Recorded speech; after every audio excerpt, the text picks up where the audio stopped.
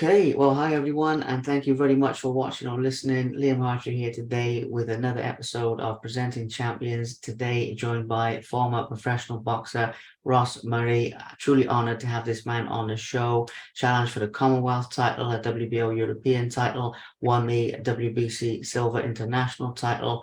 Had a great career. He was in there with some great names: Jay Harris, Sonny Edwards. Some great guys, turned pro at a late age and still made a lot happen.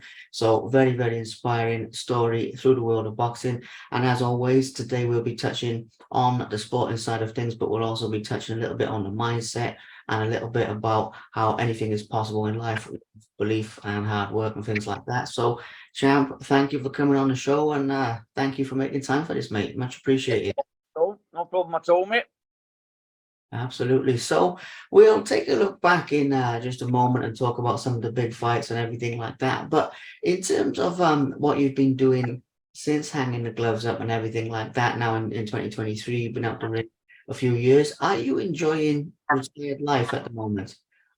Aye, listen, I think it's boxing's a massive part of your life in terms of the discipline and everything you need to do, So coming out here to be able to sort of enjoy your life to a different side of things, is good because whenever, whether you're amateur or professional, it doesn't matter. You're always looking towards that next fight. You're always worrying about your weight. You've got now all these things on your mind, So to be able to just have that freedom now to essentially do whatever I want to do when I want is a nice, relaxing feeling now, to be honest with you, being on the other side of the rope. So, life's certainly a lot less stressful and I can eat some biscuits as well now, do you know what I mean? So that certainly helps and makes life easier as well. So no, it's all good. Had a good career, but enjoying now just sort of relaxing and not having to worry about my weight anymore. Yeah, absolutely, absolutely. It's a different lifestyle. You can chill out now and yeah, reflect on everything you've achieved, but also enjoy life with your family and everything. That's the way Yeah, to do it. That's what we want to see for any boxer, get out of there in one yeah. piece and just enjoy life, 100%. So let's take a little look back at everything you've achieved. I want to start with something here with turning pro at a late age, because I think it's inspiring for people, to be quite honest, because it shows people age is just a number, if you get what I mean, and all that type of thing. I do believe that. Now I know in your career you had to hurry things along a little bit, but at the same time, age is just a number. So at that time, what were your expectations when you first turned over as a pro? Did you expect to go as far as you did, or was everything that you won more of a bonus and like a lucky break for you type of thing? It was more of a bonus, to be honest with you. The story behind, I've got quite a sort of weird story behind the boxing. So essentially, I played sort of football for all my days. And I had sort of 3 major knee restructures. So I got to the point around about 25, 26 where I couldn't play football anymore. One of my knees is pinned together and screwed together. The other had sort of more minor surgeries. So at the stage that I couldn't play football anymore, I'd always kind of boxed and played around with boxing to help with the football, for fitness, for discipline, things like that, but never really took it seriously to any extent, never had fought anything like that. So once I get the knee surgeries done, I was kind of told that I wouldn't be able to play football anymore. I started taking the boxing more seriously. So I get in about training in my amateur gym, the one that I'd always trained in, and the more serious I took it to replace the football, I was kind of like, you know what, I'm gonna fight amateur and just see how I go on. So had a good few fights amateur, and then I kind of got to the stage where amateur I got a wee bit fed up with it. I had lost the final of the Scottish, and then I'd get beaten the final of the Western Districts, and the usual story for boxers is that felt like I'd won the fight, but never get the decision, and even at that stage, I was a wee bit older, so I was fighting a Scotland International at the time, and it was one of the fights that everybody that's watching the fight after it was saying, oh, don't know how you never get that decision, blah, blah, blah. So the Monday I went back up the club after the fight. I spoke to my trainer, who was Peter Harrison, was my trainer, Scott Harrison's father. I spoke to Peter and I was just like, listen, I'm not doing this anymore. Do you know what I mean? I've done what I wanted today. I've had my fights. I've won what I need to win, and I'm not training so hard to fight and no get a decision. And it was his idea. He said to me, he says, "Listen, turn pro." And I was like, nah, it's not really for me, Peter. I've got a job, I've got everything else. And he's like, "Listen, he turned pro really late, Peter. Peter went to the Commonwealth Games and then he kind of semi-retired and turned pro late. So he said to me, "Listen, if you don't turn pro, you'll regret it. Trust me, I've been there, seen it, done it." So I was like, "Do you know what? Cool, let's do it." So I turned pro with no great expectations of doing anything, apart from just kind of ticking the box, if you will, that I'd been a pro. And I thought, you know what? Why no? I think I was maybe 34 when I turned pro. I'd boxed amateur for maybe 6 years. I'd always sparred pros. Peters was a very pro-centric gym, if you will, obviously Scott was there, Willie Lemon was there, Eddie Doyle, Jordan McCorry, all boys that were all pro, and now you were always sort of sparring with the pros. Charlie Flynn was there, some really good amateurs, so we always had a really good stable of boxers. So I knew that I could sort of compete at a decent level from the sparring that I'd had. So I just thought, you know what, let's give it a bash. And as I said to you at the start there, I had no great expectations, certainly no expectations of doing what I'd done in the game. But I just kind of, I suppose luck would be one way to look at it, I certainly worked for the opportunities that I got, but I got a wee bit of luck in terms of the weight that I boxed at as well. You're expedited very quickly. Do you know what I mean? You go, there's not that many in the division. So opportunities came about that maybe wouldn't come to somebody else, So to sort of answer your question, no, I did not expect to do like what I done. Certainly, it was, I would say, I kind of overachieved for what my expectations were getting into the game. Absolutely. Yeah, I love that, man. I love that. Like I said, I mean, it shows that age is just a number. Anyone out there who's thinking that they're over the hill or they're finished with it, shows you can still do something at any time. And as well as that, the adaptability of, like you say, going from the football into the box, it's a cool story, man. I love it. I love that. So considering that you packed a lot in a fairly short time and, you achieved some big things, obviously we'll talk about some specific fights, but in your own words, when you look back on your pro career now, what are your personal favorite moments or your sort of proudest moments out of all of them? I'd imagine obviously the WBC title would be in there, but there'll probably be a couple of others as well. So I think the best way to do it with this is to talk about your favorite ones, basically. Listen, you're right, you're bang on. I mean, the sort of 3 big fights that you'll know about yourself are probably the highlights of my career. The WBC one was the biggest thing. At one point when I'd won that title, I was ranked number 10 in the world and ranked number 1 in Britain. So again, just for what I told you there before and how late we turned pro and what I'd done.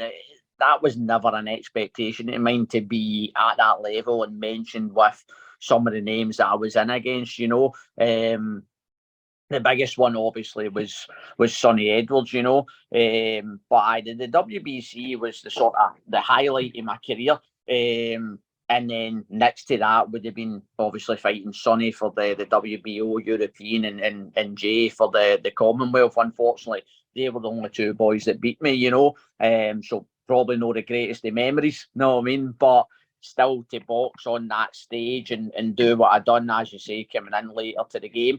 I just always had the mindset, whether it was amateur pro, what I was doing, I always wanted to fight the best. Do you know what I mean? Now, I said that to Sam Kynock, who was my promoter and manager when I turned pro, is that I don't want to do the whole fighting 20 journeymen, fighting people that only come to win, Now, I'm not going to be doing this for a long period of time. So just any fight that comes your way, I'll take it. Do you know what I mean? And that was my whole attitude throughout it. And I suppose I had a weird sort of situation with boxing where I boxed because I love to box. I didn't box, now, as daft as it sounds, I didn't box to get paid. Do you know what I mean? So there was never any great pressure on me. I've got a good job and things like that. So I didn't have to pick my fights and worry about, if I fight him and he beats me, then I'm back down the ladder and I need to build myself up, or I want X amount of money to fight him, Now, if I get opportunity to fight Sonny Edwards, Jay Harris, fight for the WBC, I don't care who it is. Cool, let's go. Do you know what I mean? Because I'd prefer to come out of my career having a conversation with you saying I fought for X, Y, and Z, and I fought a pound for pound world champion, another great fighter in Jay that fought for a world title, and I finished up being ranked number 10 in the world and number 1 in Britain at my weight. Do you know what I mean? So that to me was above and beyond anything that I ever thought that I would be capable of doing. Do you know what I mean? So I had no pressure on me getting into it. Do you know what I mean? And because it was later in my life, I needed to do things quickly. You know what I mean? So it took all the pressure off me. It was just a case of let's go in and enjoy it. And obviously you want to win these things, but all I wanted to do was find out how good I was. You know what I mean? And the only way you can do that is by fighting the best people. And that's basically what I've done through my whole sort of career that I had, Absolutely. Yeah, it's a lot to be proud of, champ. A lot to be proud of in there. Like I say, packed in a lot in a short time. People always want to hear about toughest fights as well. So we'll talk about that. Just to give that little bit of context, obviously, as you know, toughest fights, it's not always who hits the hardest, but it can be the technical side of things. In fact, when I ask this question, a lot of people tell me it's something that was going on in their life outside the ring. They had to sort of push through that to get the win. So obviously it comes in different forms, in different ways. But for you, which ones were the toughest and why were they the toughest, please? I suppose going for sort of outside of the ring to start with, I suppose, was my injuries. As I say, one of my knees is sort of screwed together, and the other ones had 2 separate ops to sort of hold it together. So again, through the football or hereditary, I'm not quite sure what it is. I have a problem with my knees where essentially the ball joint that they sit in is too short. So if I turn and twist a certain way, the kneecap dislocates. So that had happened to me 50, 60 times throughout my career of playing football. It would slip out, dislocate, but then go back in. The knee would sort of swell up and contract, get some fluid in it and stuff like that. Would need to get the fluid drained. And then it would just go away and everything was fine. I would go back to playing football. But it happened, as I said, maybe 50, 60 times throughout the whole career of playing football. And then I got to a stage where through my job, I had private health insurance, and speaking to one of the guys in the work, he said to me, listen, you should go and see them privately about that. So I went, and annoyingly, in a way, the surgeon said to me, listen, I can fix it so that it doesn't happen again. I thought that this was something that I would just have to live with, and because I'd been to the NHS that many times, they'd never suggested an actual fix for it. They just said that the socket's no long enough to hold your kneecap, and that's basically it. Deal with it, kind of stop playing football and it will no happen, because it only really happened when I played football for the twisting and turning. So that was fine. I went and then I get the operation, and again I stopped playing football because I didn't want it to happen again. Ironically, that's when I took up the boxing. I was training for a fight, and believe it or not, it happened again. So it snapped again, and I had to go in and get that fixed. So that was the second op. And then I came out of that, and the left leg was totally fine. Everything was great. Back to boxing. The right one went, so that snapped. So I then had to go in and get that, and the damage in that one was worse than the left, apparently. So that then had to get pinned. That's the one that's screwed together. So after that, again, it was the mentality to have to go, right, I've got through these injuries now. Hopefully both of them are okay. I can train. Let's get back into it. And that's when I sort of touch wood. I've not had any dislocations or anything since they've both been done now. So that's been all good. So that was probably the most difficult fight, if you will, outside of the ring. It's just mentality to go, right, I'm going to get through these injuries and I'm going to keep training and keep fighting. And now running was always a problem for me. If I ran outside in the concrete, it was very difficult. It would cause a lot of problems with my knees. So I had to do sort of treadmill running. I had to adapt my training to make sure that I was still fit enough to box for 10 or 12 rounds, but I couldn't do road run. Do you know what I mean? So I had to sort of find other ways to make sure that my fitness was still there, you know. So certainly outside of the ring, that's been the most difficult fight and challenge, if you will. Inside the ring, you're going to get the boring answer. You know what I mean? Jay and Sonny were the two most difficult fights. You know what I mean? For very different reasons. Sonny, I couldn't put a glove on. Do you know what I mean? They just his timing, his distance, his depth perception, everything, his movement was just too good for me. That's as simple as it gets. And it was that was a very difficult and frustrating fight. And Jay was just too big and strong for me. You know what I mean? I think the first round with Jay, I came out and I caught him with a shot and I cut his eye. And I think I probably just pissed them off with that, to be honest with you. And the rest of the fight, he just kind of walked through me, to be honest with you. He was too big, too strong. Everything that happened with it didn't move him. It didn't have an impact on him, you know. He was so big and strong and fit. That was a difficult fight as well, to be honest with you. And the one that was actually probably a very difficult fight, which was one that I won, was, I think it was before the Sonny Edwards fight. I thought I'd be Nicky Raguin. And it was one of the nightmare camps that I was actually meant to fight another Scottish boy. And he pulled out 2 weeks before the fight. So we had to get a last minute replacement. And I get this Nicky Raguin, and he was like 6 wins and 18 losses or something like that. Do you know what I mean? It was my first 6-rounder. And I probably took him a bit lightly. I was probably still pissed off about the other boy pulling out and no getting to fight a Scottish boy. I sold a lot of tickets based on Scotland against Scotland kind of fight. Do you know what I mean? So I was probably a wee bit pissed off about it. But this was Nicky Raguin that I fought, and the first 4 rounds, I just tried to come out and murder him, and I hit him with everything that I had, and he just sort of smiled and laughed at me. He had one of the big heats that you could hit him all day and you didn't move him. And I just blew my load. So like after 4 rounds, I was gobbed. First 6-rounder and 5 and 6, he punched me about the ring. You know what I mean? I was lucky that I'd won the first 4 and I won 58-56. But if you'd have seen the last 2 rounds, you'd have thought, no, there's no way that boy's going to win this fight, you know? So the Jay and Sonny one were difficult because they were so good. The Nicky Raguin was my fault. No, I mean, that was just me no preparing right, probably taking him a bit lightly because his record and blowing my load. Do you know what I mean? By trying to just now knock him out, and I was never going to do it. Do you know what I mean? So they were probably the toughest ones, to be honest with you. Wow, yeah, I love that. I mean, the story about your knees and everything, pushing through that. I mean, fair play, man. It shows you got to have the tough mind as well as the strong body, you know. So, yeah, Jay and Sonny, I mean, it makes sense. But wow, I love that because there's a few things people don't see from the outside looking in, you know.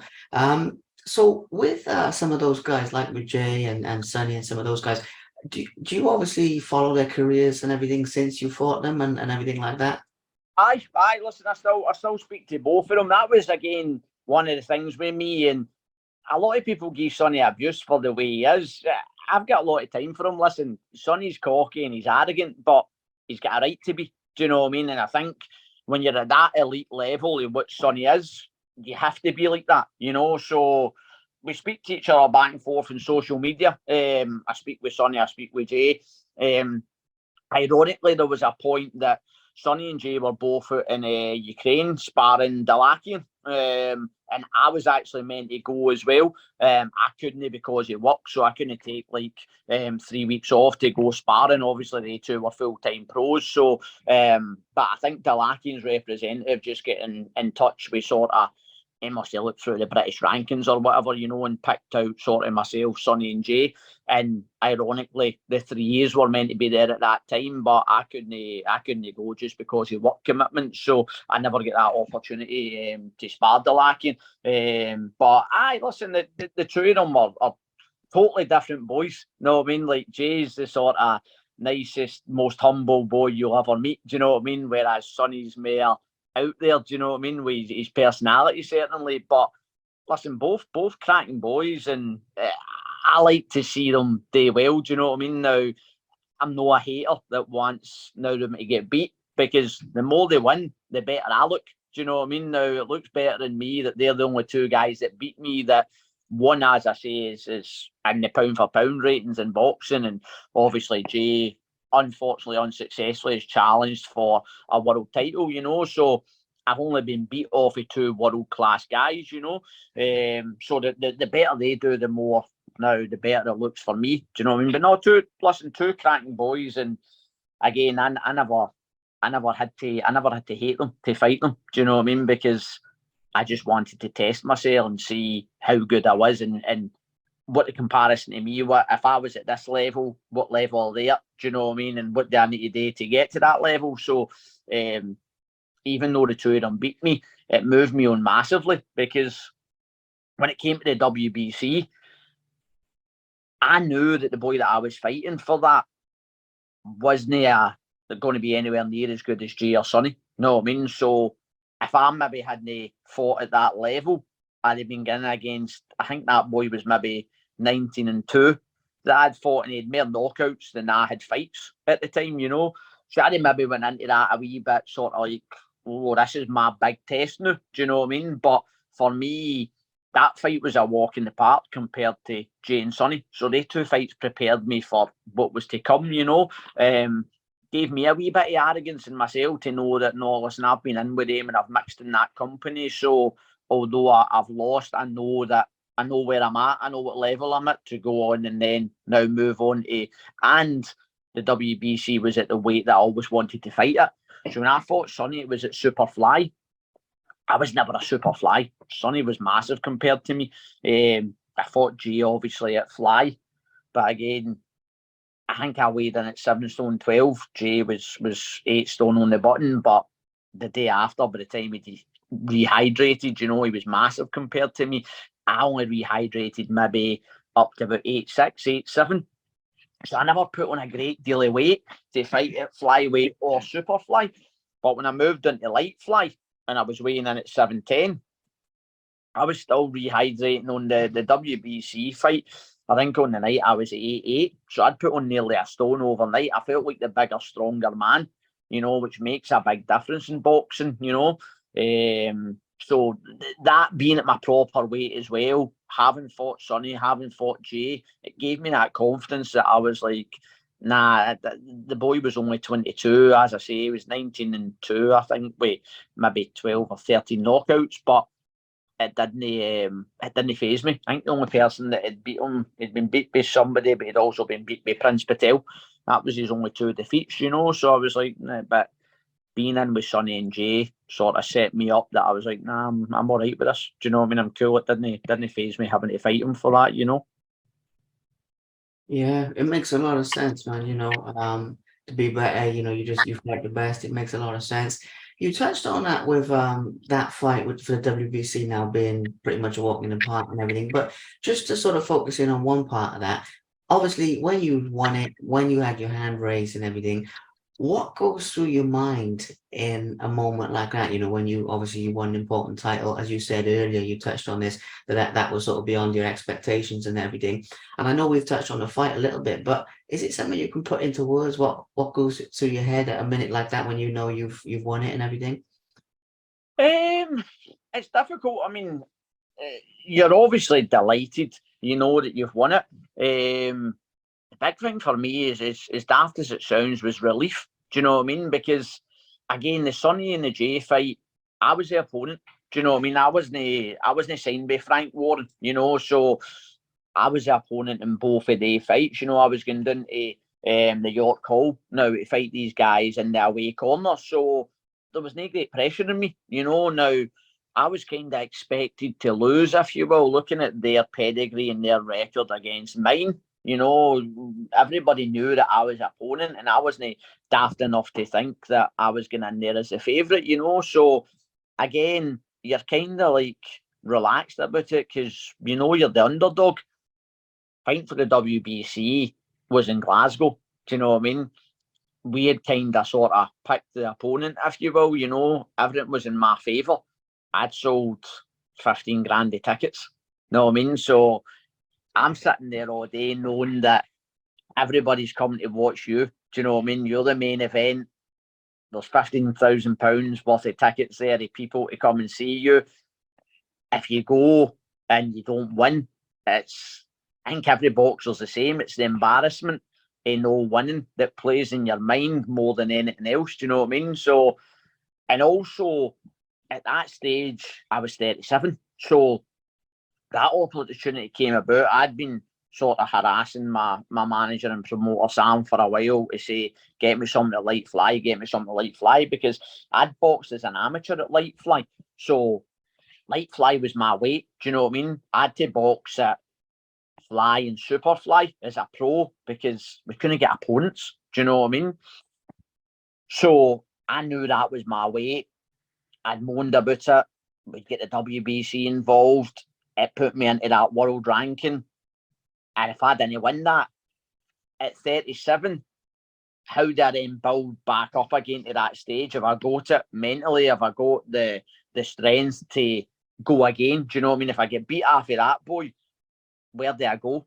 Do you know what I mean? Now, like, I'm right back down to the bottom of the pile. I need to have another maybe 2 or 3 fights before I get back to a title fight. That's another 12 months before I get back to a stage where I can fight for a title. I don't want to have to do that. So it was more when your hand gets raised, it was the relief of going, right, I've done it.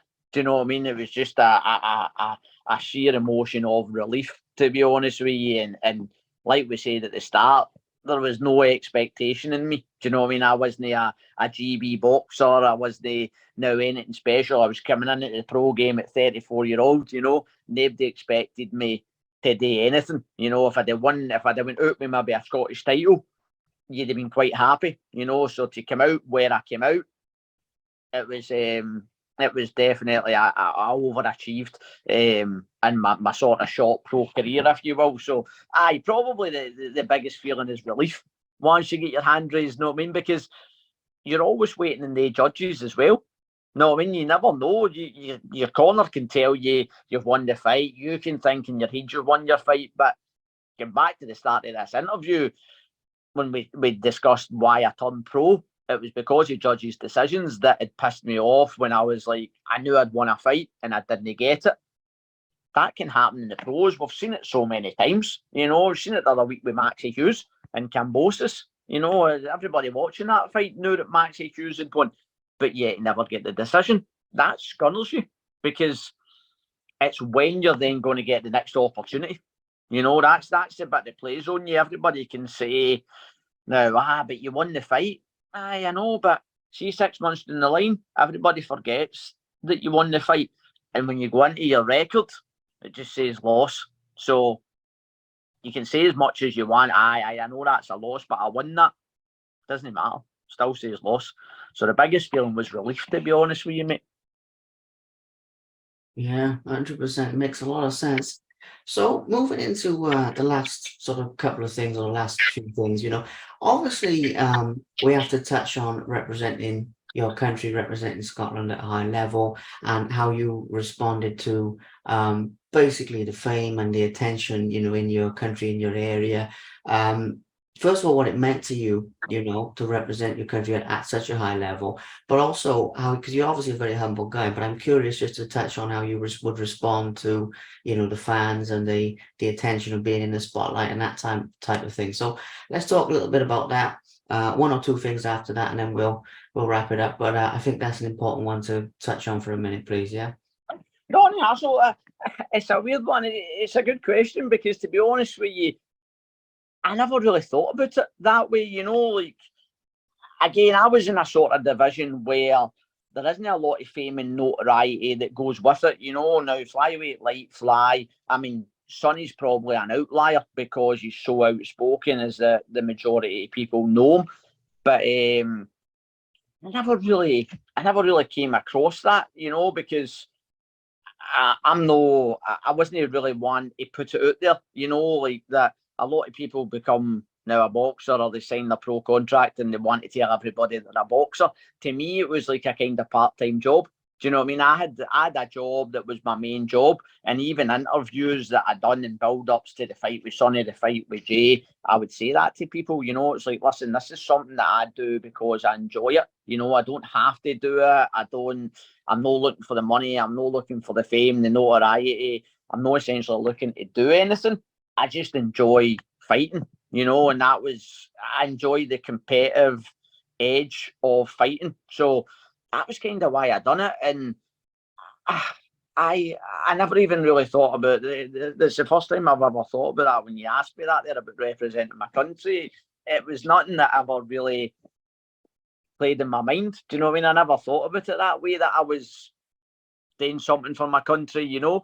And as I say, the fame and notoriety, that just now wasn't a thing, you know.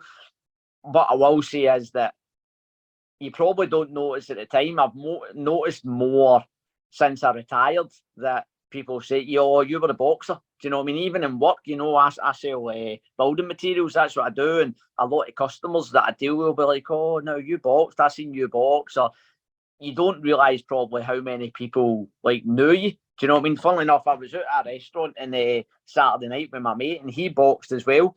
And one of the waitresses in the restaurant came over to us and she said, "Oh, did you box?" You know what I mean? And we were like, "Aye," but like the both of us are retired now. And it was quite weird. Just sometimes you'll get something like that where people say, "Oh, you were a boxer, and you were this, or you were that." So it's quite nice now that people know who you are. But at the time that I was doing it, I never really thought anything of it, because you're mixing in that circle. Everybody that you're with, boxers and that. So you never really thought about it as if now you're this or you're that, you know. So it's a good question, but it never ever really, I never contemplated it, to be honest with you.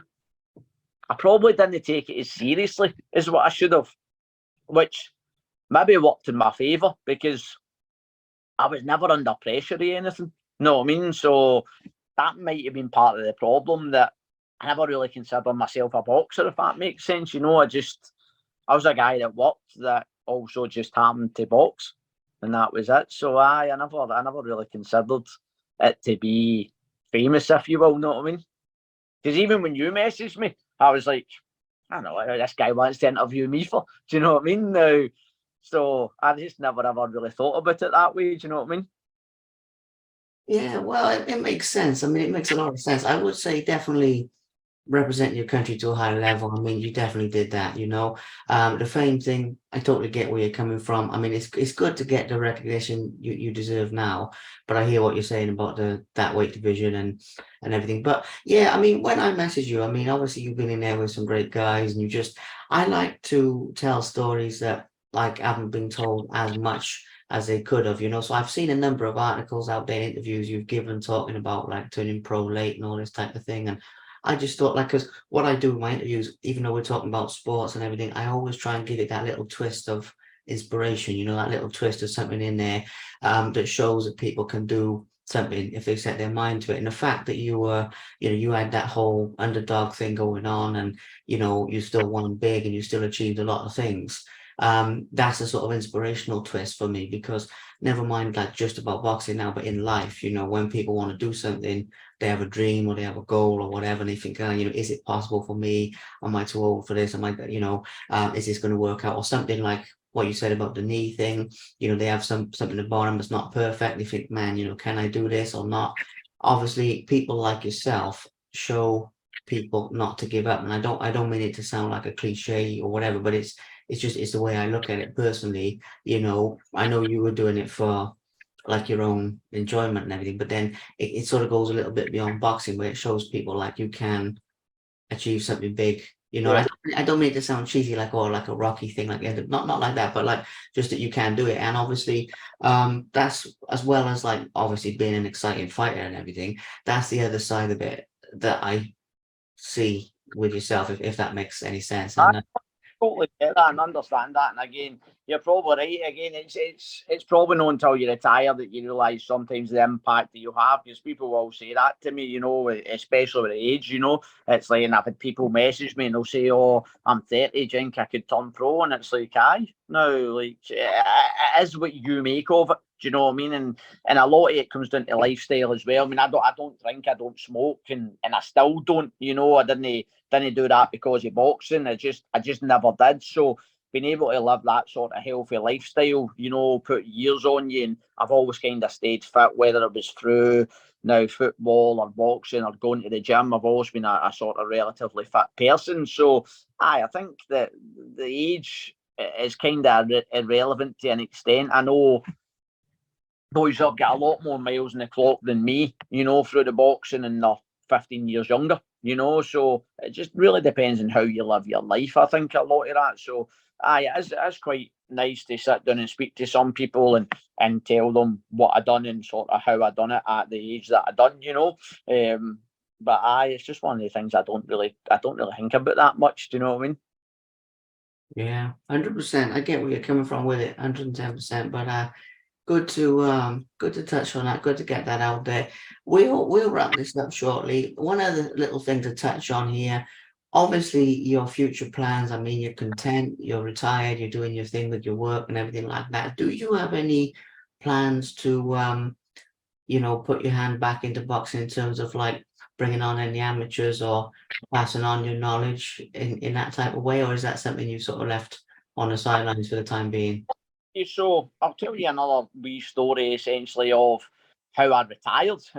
So at the time when I'd won the WBC, that was kind of at the end of the season. It was the 24th of May, so the season was finishing. I got a phone call when the season started back up for Sam saying, would I be interested in a world title eliminator with Hecky Budler? You'll know probably who Hecky Budler is. So Hecky Budler was a former world champion at strawweight. They had moved up to light flyweight. He had a few troubles and he hadn't fought in a couple of years. So he was just coming back, and he was WBC champion at sort of strawweight. So he was obviously looking for a fight to get back in the mix for world titles. I had the WBC international title, so that would have put him back in a top 10 ranking to allow him to challenge for a world title. So obviously, as we touched on earlier, straight away, yep, no problem at all.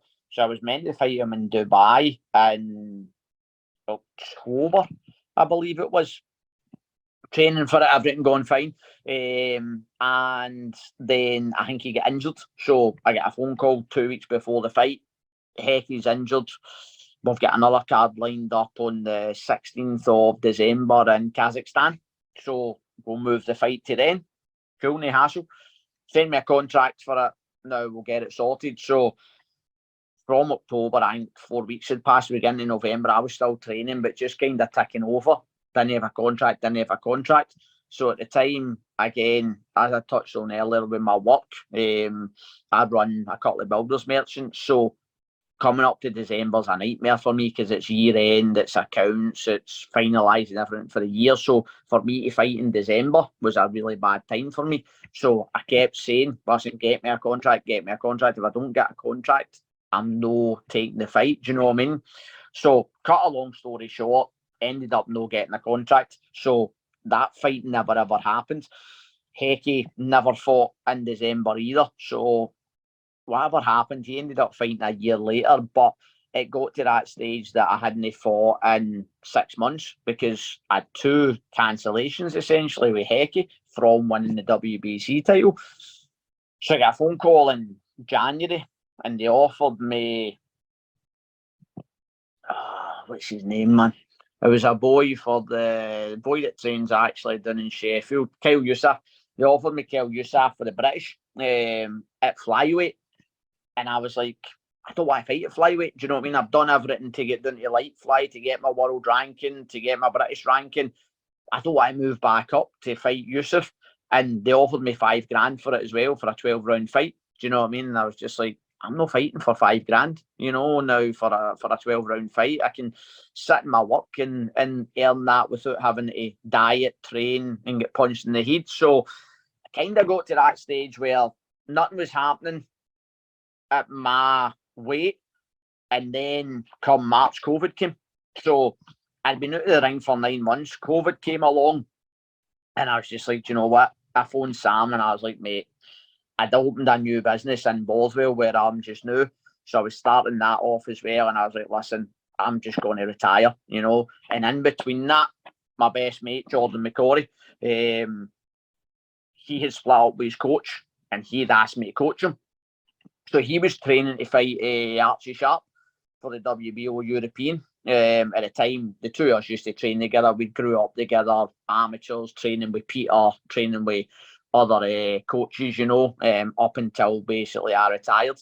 So at that stage, when the timing was right for him, with me being retired, he asked me to coach him. I'd already got my trainer's license anyway to help my old coach out in the corner. So it was an easy transition to go into now the training. So I trained Jordan for the Archie Sharp fight. Then he fought Zelfa Barrett for the Commonwealth, and then just done a couple of fights, just local ones. And then just recently, probably about a year ago now, he fought Dante Dixon, just on a DAZN show for Eddie Hearn. And that was his final fight. He retired after that as well. So essentially, when he retired, I kind of retired for training, you know. And listen, I enjoyed the training, but I think I enjoyed it more because I was training my mate. Do you know what I mean? And at that stage, I was kind of like, I had to toss a coin to decide. I was really busy with work.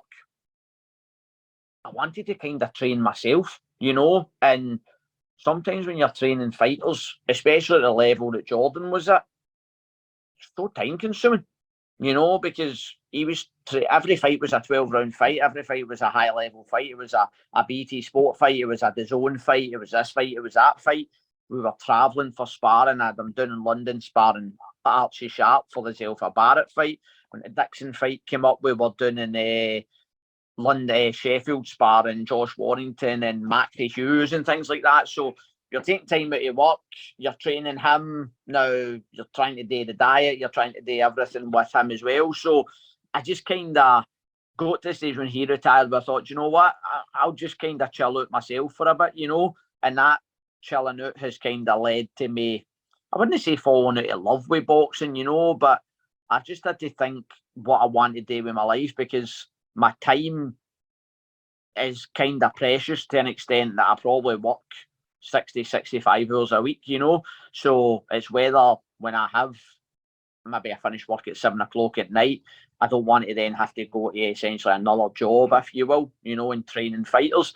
And I think if you're going to do it right, you have to commit to it. You know, you have to really commit to helping these fighters, you know.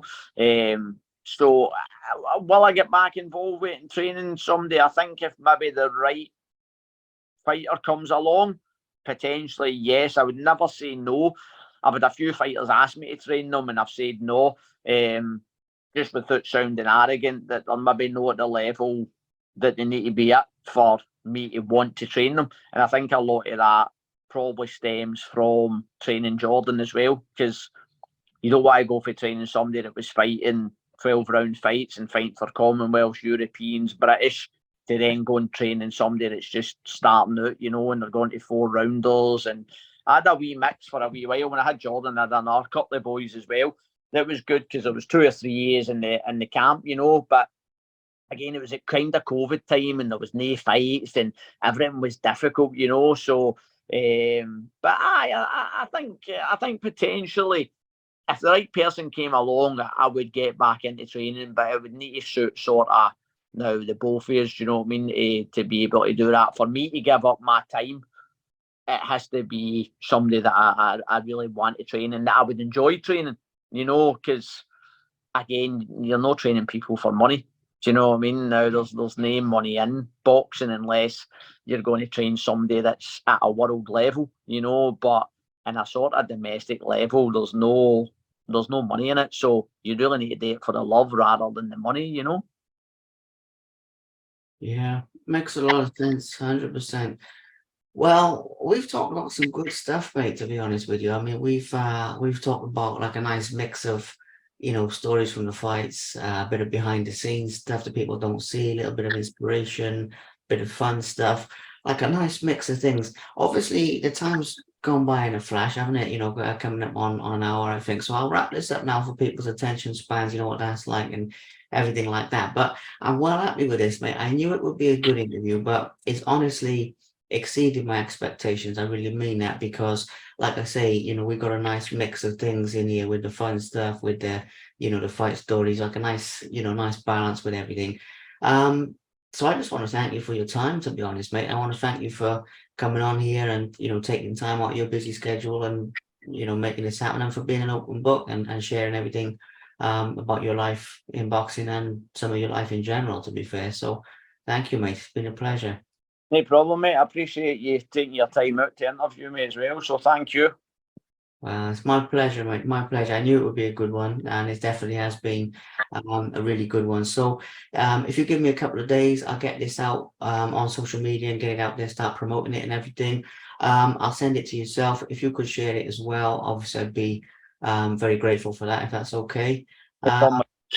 and other than that, good to go. You know, just like I say, give me a couple of days and we'll get it out there. But I'm excited to release this because there's some really good stories, but there's a little bit of inspiration as well. So I think this will inspire some people, you know, to chase their dreams and all that, as cheesy as it sounds.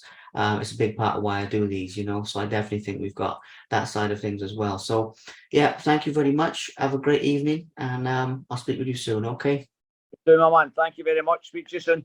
Speak to you soon. Cheers. Cheers.